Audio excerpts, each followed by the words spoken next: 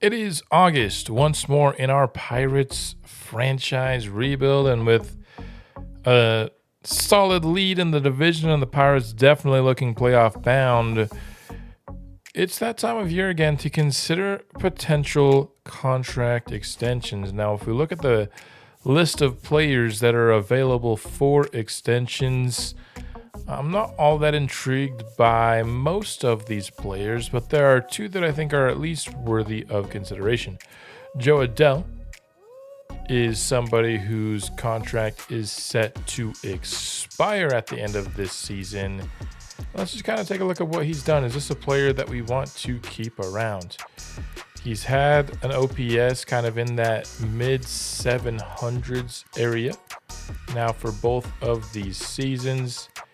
His fielding percentage has been kind of where it's been at in previous stops, right around that 98. So is Joe Adell somebody that we're going to look to let him walk? Let's see what he'd be looking for.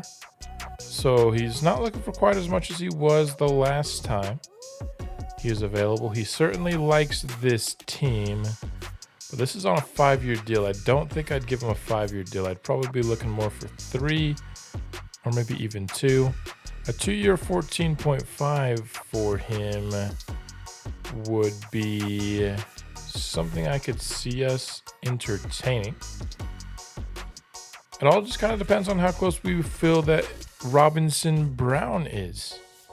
Brown at AAA has gotten his average up from a slow start on the season, an OPS just shy of 800. He's getting on base over 38% of the time here.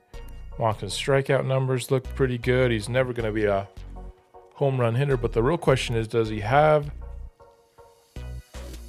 the fielding and arm ratings that you feel comfortable with him playing center field? He obviously started very, very low in that area. We've been trying to train up that arm, and it's getting pretty solid boosts. Getting more. That arm accuracy is his number one boost so far this year. Still just 49 and 40, though. But the question is, when are we actually going to give him his shot? Because his arm's never going to be a strength. He'd give us increased speed in the outfield. And I think he's playing well enough this year that I don't want to block him at this moment. Not that Joe Adell necessarily blocks him, because Joe Adell could always move to a corner outfield spot. But we also have young options at the corner outfield spots. So I think for now my answer will be no. I'm not opposed to maybe bringing him back in the offseason, but for the time being, we're going to let Joe Adell's contract expire. Now, I mentioned there were a couple of tempting offers. The second is Thomas Coyle. Now, when Jan and Fink were brought up, we were very quick to offer them extensions. So far, I think that's working out pretty well for us. And Thomas Coyle is on an absolute awesome rookie campaign here. 2.6 WAR, striking out at a decent rate. Limiting walks at a great rate, limiting home runs at a great rate. He's just been an awesome pitcher from his debut and onward. Do we want to try and bring him back? Now, for the other players like Fink and Jan, we set them up with a contract that would allow them to become free agents at the age of 29. If we were to do that here with Thomas Coyle, it would cost us $24 million a year, despite the fact that he's in his rookie deal. Now, we're offering him this after he's had 1 year of MLB service time. With Jan and Fink, they hadn't even had their first year of MLB service time yet, so that goes into it. But Fink, we only gave $22 million a year. I don't think I want to pay Coyle more than Fink at this rate. So it would be down to 7 years to get kind of the same level of contract as Fink here. as in on a 7-year deal. He's asking for $22.1 million per year. And if you go down to 6, at that point, you're only buying 1 year of free agency. Kind of wondering if this might just not be worth it. Is buying 2 years of free agency worth paying him $21 million more than he'll be making for the next couple of seasons? That's a tough one, and I'm not sure. I am thinking that the answer is yes. I think we just got better deals for Fink and Jan than we're getting by going early here on Coyle. So let's give Thomas Coyle a little bit of a challenge, I'd say. Going up against a pretty talented Braves lineup. I'll say if Thomas can go 6 innings of 2-run baseball, quality start material, I will give him the 7-year at $22 million per. Now he wants 22.1, so there's a chance he actually rejects it. I can't go higher than what we're giving to Fink, though. Even though Coyle has been insane, so has Fink. And I got to have him be like our top-paid early contract. So we're not going to be able to go longer than 7 years, but if he can get through this tough game today, he'll earn that money. If not, then we'll continue to pay him the going rate for youngsters at the MLB level. Not going to be an easy task. Even this far into the future, the Braves have one of the better offenses in all of baseball. Michael Harris in a 2-spot hitting .281 here. Fouls off that low 2-seamer to fall behind 1-2. This is going to get up the middle and through. Coyle could not snag it from the mound. Would have been a really impressive play had he done so. But Michael Harris on to first base. That'll bring up Ronald Acuna, hitting .352 this year in August. That is wild. He gets a hold of the first pitch from Coyle, and just like that, the Braves are on the board. 23rd home run of the season for Acuna. Had those MVP chants while he was at the plate, just like he homered on his first pitch after returning in real life. Recently saw that clip. Homers on the first pitch against Coyle here in the episode. And Coyle can't allow any more runs here to complete the challenge. Austin Riley, he's also going insane this year, hitting .335. What's up with his Braves lineup? Jeez. Getting ahead 0-2 here. 1,100 OPS from Austin Riley this deep into the season. I wonder if he was injured and it's not a full season, because that's some insane production.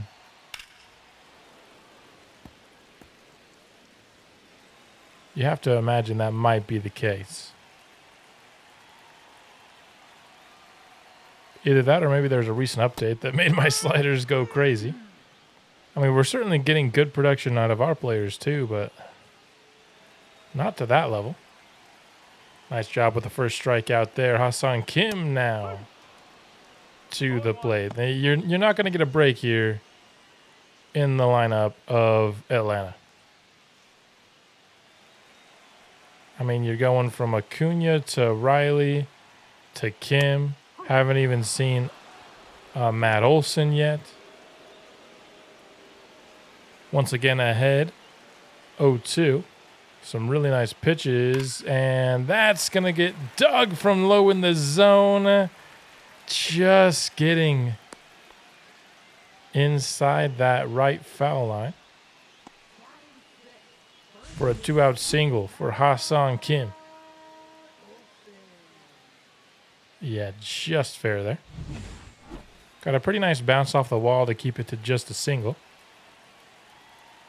That's going to bring up Matt Olson. We know he has some serious power about him. 19 home runs so far for Olson on the year. Certainly capable of more than that. 15 pitches so far in the first inning. First pitch high, second pitch low. Not giving Olson anything to hit right now.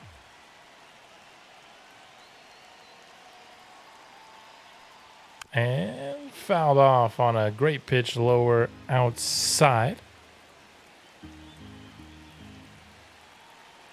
Can Coyle get out of the inning here with just the one home run? Changeup. Just misses. Now behind 3-1. 19th pitch of the inning is by Matt Olson. Swinging. Great location on that upper inside corner. Now we got a payoff pitch. Full count. Can we retire Matt Olson? No!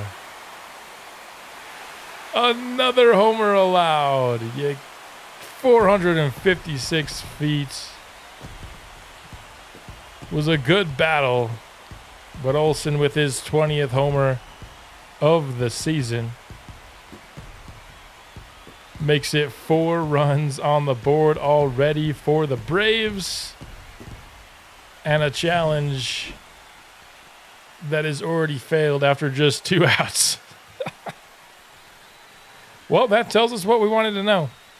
I guess Thomas Coyle is going to have to wait for that payday. Now, of course, when it comes, it'll be bigger than $22 million per year. But it's not going to be coming anytime here in the near future. Francisco Alvarez hitting in the 7th spot for this team. Let's go ahead and finish off this inning, Thomas?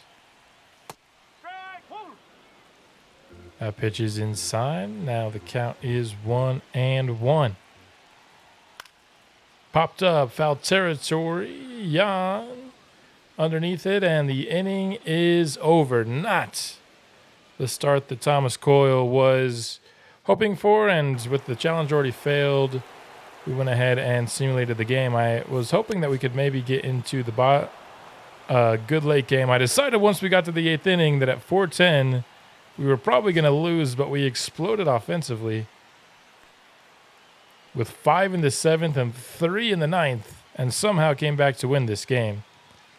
Coyle also allowed 2 more home runs in the 2nd inning as well in this simulation. So not a good day for Thomas Coyle, but in a high-scoring affair, the Pirates come out victorious against the Atlanta Braves with a great comeback that I did not see coming, obviously. Let's hop into some more critical situations here for the month of August.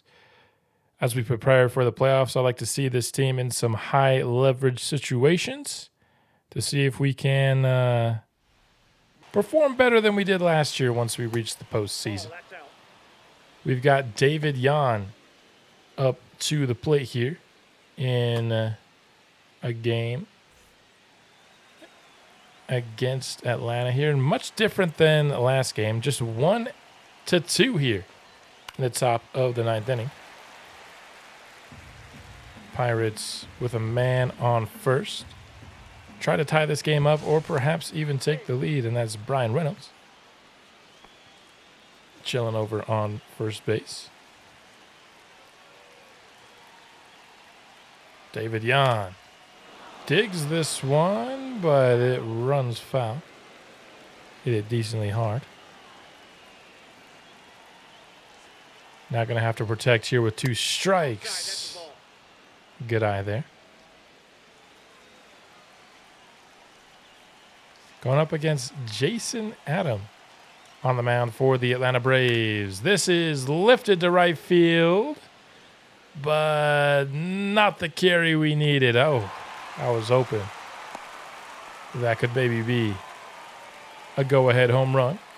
But instead, this game is relying now on Buford Kingman. That average slowly climbing, but with an OPS still below 600.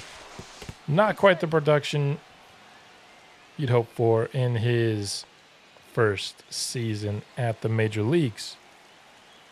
But can he come through for us here when we need him most? He's 0 for 3 today. So not necessarily feeling it headed into this at-bat. Popped into foul territory, but it should get down before anyone gets there, and it does. But he is behind 0-2. Tough place to be. Adam. Pitch number 8 is by Buford Kingman, swinging, and the Braves bounce back with a victory following their late game collapse just the previous game. Offense not quite as good as they were. I think that's 8 less hits than we had a game before. Let's switch gears here and face off against the Marlins here. I always like heading into these games, kind of seeing where you rank across all these different metrics. Top 7 in every single one on that screen. Fernando Torrero trying to get this game into extras here. We'll go up against Jared Kelenic, hitting just below 230 on the season and hitless so far tonight. All we need is an out to force extras. Can we get it from the rookie? Excellent pitch there. Getting the second strike. Looks like he's probably been out there for multiple innings, as he has 34 pitches now accounted for in this game. Another Pirates road series here. What? That should have been strike 3 by a mile. Whoever that guy is behind the plate, I think he needs to search for another line of work. What is that? That's going to get hit into left field, and the Marlins are going to end up with a win. Of course, it comes the very pitch after that atrocious call as well. You've got to be kidding me with that call, man. Pirates lose another close one, another low-scoring game as well. The offense on a bit of a cold streak right now. But you got to get that strike 3 call, man. That's just crazy. Now we're going to face off against a division rival. Got another offensive opportunity to come through in the clutch. We'll see if we can get it to go our way this time. Not going to be in the 9th this time. We'll hop in the 8th. Another 2-1 ball game. What's going on with the offense these last few days, I wonder? Jazz been as productive as ever for us so far this season. Continues to be, I think, easily our best free agent acquisition of the franchise series. Also, obviously, the most highly paid one. Gets a pitch over the middle here. Wasn't his day. This will make him 0 for 4 now. The runner will hold. We've got a man in scoring position. Can our 99 clutch, he might be like 98 or 97 now. I know he's regressing a bit this year in his age 34 season now. Another man who had a great year for us last year and has continued with another one here. Not going to come through for us this time around, however. As a couple of flyouts will end the inning. See if we can find another critical situation in this game. We cannot, and the Cardinals are victorious. We're losing a lot of low-scoring ball games here. Not loving what I'm seeing here. Looks like Skubal was the pitcher will pick up the victory in this outing. From one division opponent to another. Next up on the docket is the Milwaukee Brewers, who are second place. They're a much improved team over last year. Not another 2-1 ball game, but we will hop into a 2-2 instead. Billy Fink, a very concerning 150 average with runners in scoring position so far this year. Not what you want from the star of your team, especially because his clutch is in the 70s. Going to raise that average here, though, as that is going to get into the outfield and give the Pirates the lead. A go-ahead single by Billy Fink here with 2 gone. Next up is Robles. One of the lower averages in our starting lineup, that's for sure. But an excellent steal threat with a really good clutch as well. Could we extend our lead here with another hit? Robles already has a hit in this game, and he hits it in a very similar spot that we just saw from Fink. The throw from Jackson Chourio is nowhere near close.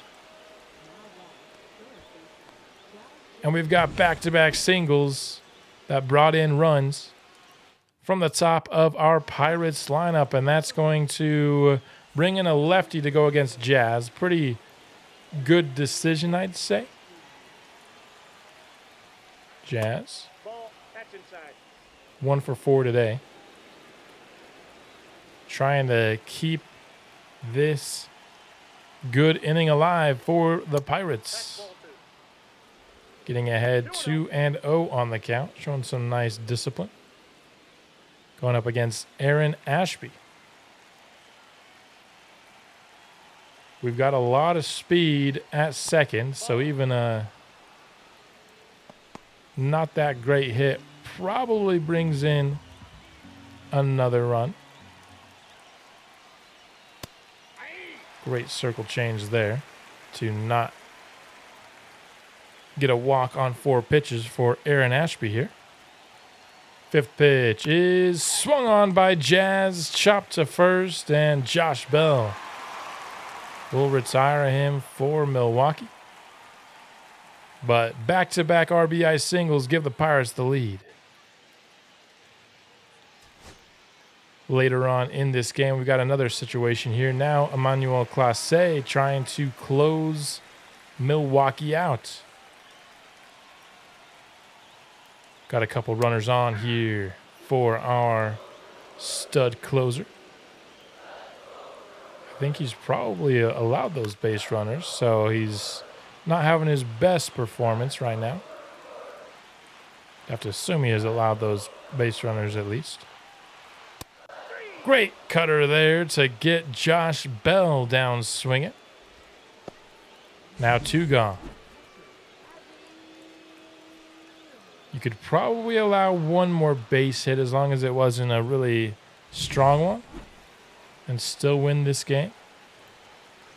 Not that that's the goal by any means. Adley Rutschman. I think this is our first time actually seeing him in a Milwaukee uniform for this franchise series. They swapped star catchers a couple off seasons ago. Rutschman, that will get through the gap. Over in that left center field, but a great throw and a great reaction by David Yan ends the game. And the Pirates are finally victorious in a low-scoring affair. Clase struggled to start the 9th, but he got it done in the end, as did Fink and Robles here, to get a very crucial victory over a division opponent. I mean, why not just continue our division tour at this point? Let's go off against Cincinnati, a team I was hoping would be better at this point in the rebuild, if I'm being honest. I thought, later on in the series, Cincinnati would be our primetime opponent. They just haven't spent any money, I guess maybe being true to real life. But, not being a high-flying spending team, but it is what it is. Milwaukee's showed some good competition for us here in the division this year instead. We're going to see Emmanuel Clase try and close out another game here. He's got 2 outs, but runners on the corners here for Tyler Gentry. Ahead 1-2 here, and gets him swinging on the cutter outside. I really like watching Clase pitch for the Pirates. I got to be honest with you. Even when he's in a bit of a bind, I trust for him to come through for us. Let's go one more against the Diamondbacks here. This will be our last critical situation. I wanted to see the offense one more time. And we'll be rocking our alternate unis here. David Yan once again up to the plate to start another critical situation. Not his first time here. Pirates behind 4-2 here in the bottom of the 8th. Yan cracks one to deep center field. Once again, though, just not quite enough on it. Runners will hold at first and second. Now 2 gone.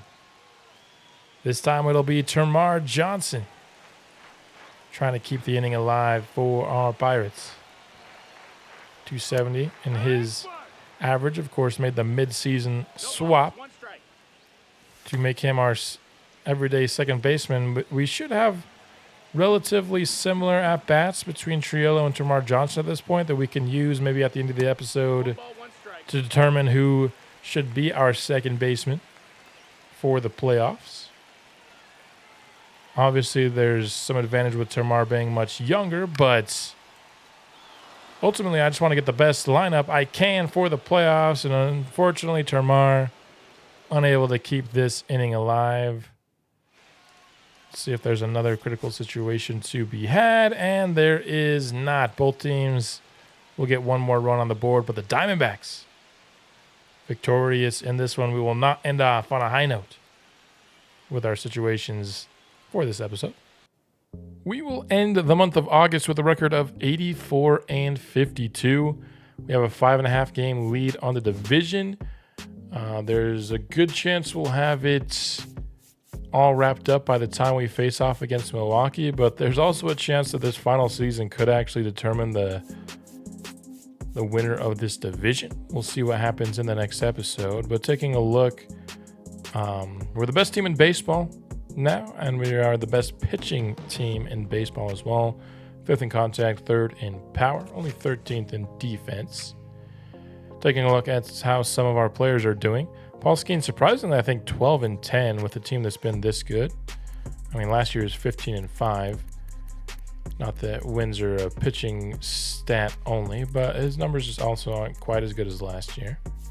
Still really good, though, to be fair and clear. Billy Fink, he is performing better than last year, but, you know, not by like a wide margin. Not that there's much to improve on what he did last year. He was awesome last year, but he's doing it again so far. He's now up to a 96 overall. There's a little bit of confusion about what I said last episode. I never said he was done progressing. I just said he's almost done. And that's by the nature of him being a 96 overall, and you can't get much better than 96 overall in the game. So he's got a few more overall to improve. I imagine that potential hasn't gone down with how well he's performed. That would shock me, honestly. So we're getting close to seeing what Billy Fink will be as a long-term player. And I don't know if the defense is improved enough to be a long-term shortstop, unless you're just okay with not having a great defender there, which I might be. Kind of depends on where we are elsewhere. Emmanuel Clase, I think, has been an awesome get. 44 saves to 2 blown saves. So much more confident in him than I was in Jojo Romero, despite the fact that he was successful in Sim. Jared Jones got a contract in the offseason and has come back to have his best season. So maybe we should have just paid him all along. He just wanted the security of getting his bread, and then he'd come out and perform well. His WAR is actually less than it was last season. I'm guessing just because he's allowing more home runs, but he's doing everything else at a really high rate. Jazz Chisholm, surprisingly enough, is having his best season as a Pirate somehow still. He is on an awesome 3-year stretch since joining the team, and you could argue he's our best player considering that he's a better defender as well than Billy Fink, but it's certainly close. He and Fink have been the faces of our offense now since they arrived, and really big reasons why we've turned around. Mitch Keller is doing Mitch Keller things. His whip is actually even lower than it normally is. So I think the decision to bring back both Jones and Keller has worked out pretty well for us. Brian Reynolds, once again, over 30 home runs. Had an insane career year last year and is somehow better this year. Although he, like Chisholm, is just declining, unfortunately. Chisholm is just due to him having played above his potential for like a couple of years, and the game just finally had to bring him back down. Reynolds is more in the case of age here. Jan, unfortunately, currently on a cold streak. What he's done for us this year, he's got a career high in home runs already. His OPS is down, but he has not committed an error this year at all. So, solid offensive output with what he's doing behind the plate is something that we're going to take. I think I was a little too harsh sometimes last series with the Rockies, with our catcher Ethan Salas and his expectations. We're paying Jan $12 million for the foreseeable future, and that's certainly good production for that. Thomas Coyle, his numbers don't look as good as they did at the start of the episode, and it's because he might have allowed a few home runs against a certain Braves team.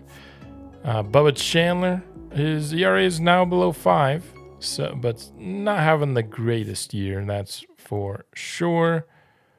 Victor Robles, after re-signing with the squad, not doing he's in the middle. In his 3 seasons with Pitt, this is his middle season. Nice to have Albert Sweeney back in the lineup, and he continues to be a solid offensive contributor for us. I think the question is, who are we going to start in the playoffs? We've now gotten pretty similar at-bat numbers from both of these players, Triolo and Tamar Johnson. We're getting 776 OPS from Triolo. We are getting 772. It's so close.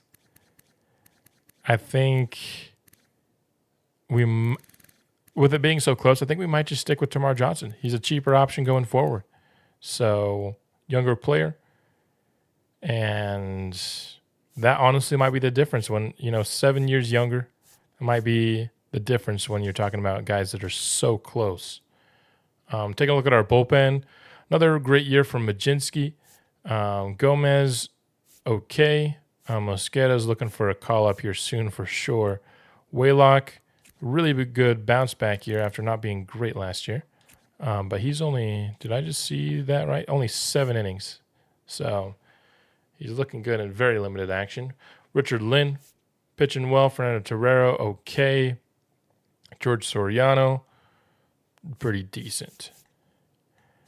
So there you go. That's the update I've got here for you at the end of the episode. We'll be back soon to finish off the regular season, see if we can maintain our lead on the division heading into the playoffs. That episode will be coming out soon, and I'll see you then. Let's go Bucks.